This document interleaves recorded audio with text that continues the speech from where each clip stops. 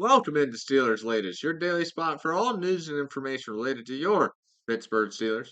Remember to like and subscribe to the channel if you enjoy the content to stay up to date with everything Steelers. But let's get rolling as Minkah Fitzpatrick, shockingly, still top of mind day one of training camp, as a lot of players actually had to address Minkah in the interview time after training camp today. It was pretty crazy. Minka was brought up in literally like every interview. Players were asked about how they felt after he was traded. Basically, all of them said it was wild, but they got a lot of talent in return. Omar Khan and Mike Tomlin also addressed this for the first time. Tomlin calling it a very difficult and tough choice, and Khan said it had nothing to do with Minka and more the package in return. And the Steelers seems like they trust Juan Thornhill. Uh, they think he can get the same amount of production for a cheaper cost. Minka lacking the splash plays last season. Juan Thornhill actually comes to Minka's defense though today when he was asked about Minka's departure, saying Minka is a good safety and the lack of splash plays comes when you're a good safety because quarterbacks don't want to throw to your part of the field because they know who's going to come down with the ball. And I mean, that was the story of Minkah Fitzpatrick here. No one knew the weapon he was back there in his first couple years here, couple time All Pro. Quarterbacks are like, yeah, let's not test that guy anymore because he might just take that one to the house in the other direction. But yeah, I totally agree that the package is just too sweet though. To bring in Jalen Ramsey and Jonnu Smith, two Pro Bowl talents. Jalen Ramsey, three-time All Pro, looking like he could be set up to have a fourth All Pro season here this year. I'm just saying. But it was just too good of a package in return. I love me some Minkah Fitzpatrick, but once again, when you're offered Jalen Ramsey and another star tight end, the two tight end set's gonna be deadly for the Steelers this year, hopefully. And Jalen Ramsey is gonna be locked down once again this year, hopefully. Uh, let's move on though to Omar Khan once again. Basically shutting down the prospects of the Steelers signing another person, adding to this roster, adding a name like Justin Simmons. I'm definitely not thinking a trade's going to happen anymore. He went to X to say that yes, the Steelers do want to win a Super Bowl, but he is also the manager and can't risk future, which makes sense, of course. You don't want to go out there and throw your first round draft picks away for an old veteran, of course not. But we have 12 draft picks. There's a little bit of wiggle room. We don't need to go out and make a trade, but I'm just saying there is wiggle room with the amount of draft picks we have in next year's draft. But I definitely don't think a trade is on the table anymore in the Steelers' future before the season starts, at least. Possibly, maybe a 1 year deal we could see. Maybe that's best we can get if we hope hard enough. Maybe we'll be able to get a name like Justin Simmons, Amari Cooper, or I mean Tyler Boyd's the most lackluster out of those three, but Justin Simmons would be a great addition at free safety.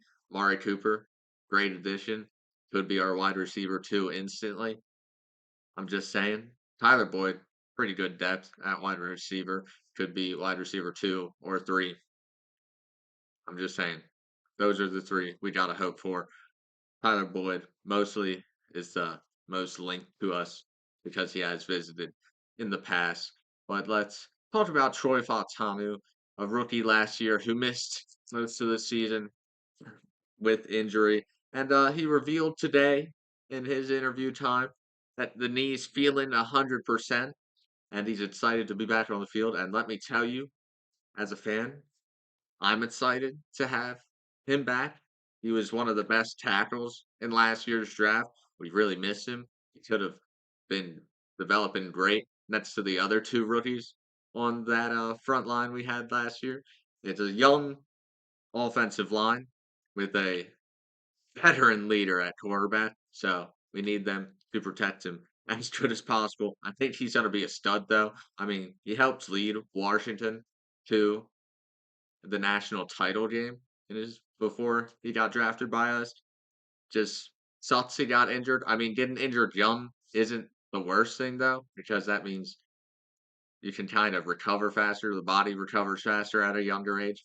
It's easier to get the injury out of the way now, hopefully. Hopefully it's not a thing throughout his career where he gets dinged up a lot, but hopefully gets the injury out of the way. Hopefully he's healthy the rest of his career and can be a solid right tackle for us. I think he's going to be better than Broderick Jones was at right tackle for us, so that's an upgrade. It only sucks though, because Broderick Jones moved to the other side, a more important position, left tackle, the blind side. So that sucks. Troy Fautanu might have to move over there if he's performing well and Jones is just sucking again. We can't hear his name as much as we did last year. You don't want to hear offensive linemen's names, and he seems to be called out every week on broadcast for holding number 77, Roger Jones. It's always him. It was always him. He uh he struggled. So Altanu hopefully is better than Jones has been in his time here so far with Pittsburgh, and I think it will be. But just because he was so highly touted coming in last year, it just sucks. He went down with that injury in the knee. Let's wrap up today's show with some defense, though. You know, we love the defense here in Pittsburgh. Jalen Ramsey, I really do think is set up for this fourth All Pro season in his career. Uh, Jalen Ramsey, I mean, in general, has been an elite cornerback his whole career. He thrives though with an elite pass rush. In 2017 was the first time he had that elite pass rush with Saxonville that year. Uh, 4 interceptions, All Pro that year. Uh, Went to the Rams. His 4 years with the Rams, he had 10 interceptions in total. He had Aaron Donald applying the pressure the entire time he was there. All I'm saying, the Steelers have that elite pass rusher. We got T.J. Watt, the future Hall of Famer. You got Alex Highsmith, the future Hall of Very Good. Cam Hayward also there, applying pressure up the middle, and now it's gonna be elite. I think Ramsey is really set to be able to make plays. The pass rush is going to get there fast most of the time. Hopefully, a lot of forced passes. Hopefully, a lot of fluttering balls that Ramsey can get to. Hopefully, he can hit that 4 interception total once again. He also said in his interview time during day one here of training camp that he's just here to play football and we can really play him wherever he wants. Now, he does think there is responsibilities that come with the paycheck he is receiving, one of the highest paid corners in the league, and think one of those responsibilities should be guarding and shutting down opposing teams number one every week. And I think he'll be able to do that. And this defense, this front line, of course, being able to apply pressure, pass games aren't going to be able to do it against us. They're not going to be able to move the ball down the field, at least through the air. The run game still a little questionable, but I think we made enough tweaks to really make that decent enough to where it's not going to be a liability like it was at the end of last year. But that has been it from Steelers Latest. I've been your host, Cole Denis, and I will see you tomorrow.